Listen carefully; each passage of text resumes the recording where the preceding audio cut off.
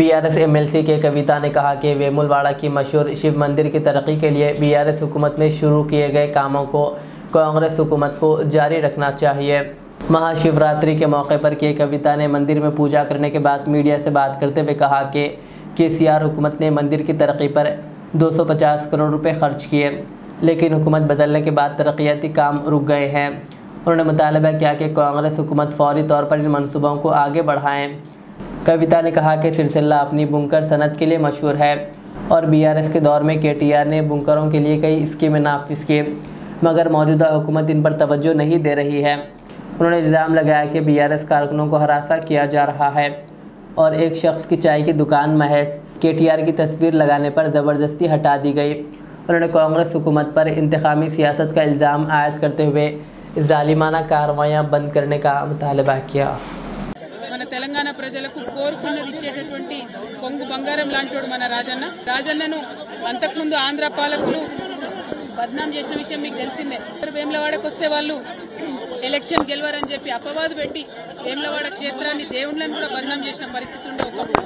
కానీ గత 10 సంవత్సరాలుగా కేసీఆర్ గారి పరిపాలనలో సిరిసిల్ల జిల్లాను ప్రత్యేకంగా క్రియేట్ చేసి మరి ఏర్పాటు చేసినటువంటి సిరిసిల్ల జిల్లాలో గర్వంగా సగర్వంగా మన రాజన్న పేరు పెట్టుకొని రాజన్న సిరిసిల్ల జిల్లా అని చెప్పి మనం ఏర్పాటు చేసుకోవడం జరిగింది।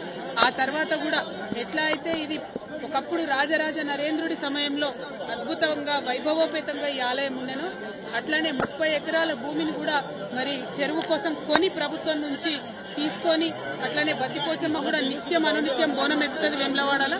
అటువంటి బద్దిపోచమ్మ డెవలప్మెంట్ కోసం కూడా 10 ఎకరాలు సపరేట్ గా కొని, ఎందుకంటే వేములవాడ దక్షిణ కాశీ అంటే ఎట్లుంటుందో ఉంటది, చిన్న చిన్న గల్లీలు ఉంటాయి, ఎవరు అమ్మేటటువంటి పరిస్థితి ఉండదు। అయినా ప్రభుత్వం చొరవ తీసుకొని దాదాపు 250 కోట్ల పైచిలకు కేవలం ఆలయం అభివృద్ధి కోసమే ఖర్చు చేసినటువంటి ఘనత కేసీఆర్ గారి ప్రభుత్వానికి దక్కిందన్నది నేను ఈ సందర్భంగా తెలియజేస్తూ, మరి ఆ డెవలప్మెంట్ కొనసాగాలి। ప్రభుత్వాలు మారినంత మాత్రాన డెవలప్మెంట్ ఆగదు।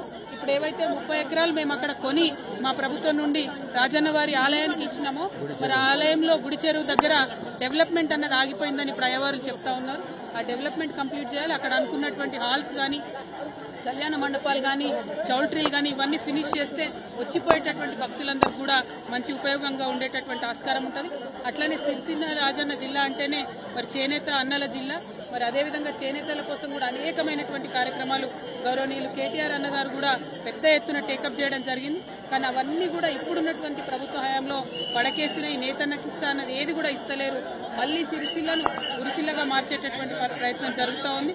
వీటిని విరమించుకొని ప్రభుత్వం ఎటువంటి భేదభావాలు లేకుండా అన్ని నియోజకవర్గాలు మన నియోజకవర్గాలే అని డెవలప్మెంట్ చేయాలి। మరి మా కార్యకర్తలను కూడా సిరిసిల్ల రాజన్న జిల్లాలో బాగా హరాస్మెంట్ చేయడం, కేసులు పెట్టడం, చిన్న చిన్న వాళ్ళు టీ కొట్టు పెట్టుకున్నటువంటి వాళ్ళని కూడా మరి రామన్న ఫోటో ఉంటే తీసి పక్కనేయడం జరుగుతున్నది। ఇంత భేదభావం అవసరం లేదు। ఇవాళ పండగ పూట రాజకీయం మాట్లాడద్దు అనుకున్నా, కానీ మనకు తెలంగాణ ఉద్యమ సందర్భమైనా కూడా ఎప్పుడైనా కూడా గుడైనా బడైనా చెప్పేది గంటాపతంగా చెప్పేటటువంటి నిజాయితీ ఉన్న వాళ్ళం కాబట్టి ఈ అంశాలు కూడా చెప్పాల్సి వస్తుంది। మరొకసారి ప్రభుత్వాన్ని రిక్వెస్ట్ చేస్తున్నాం, ఏదైతే డెవలప్మెంట్ వేములవాడలో సాగిందో అది కొనసాగించాలని కోరుతా ఉన్నాం।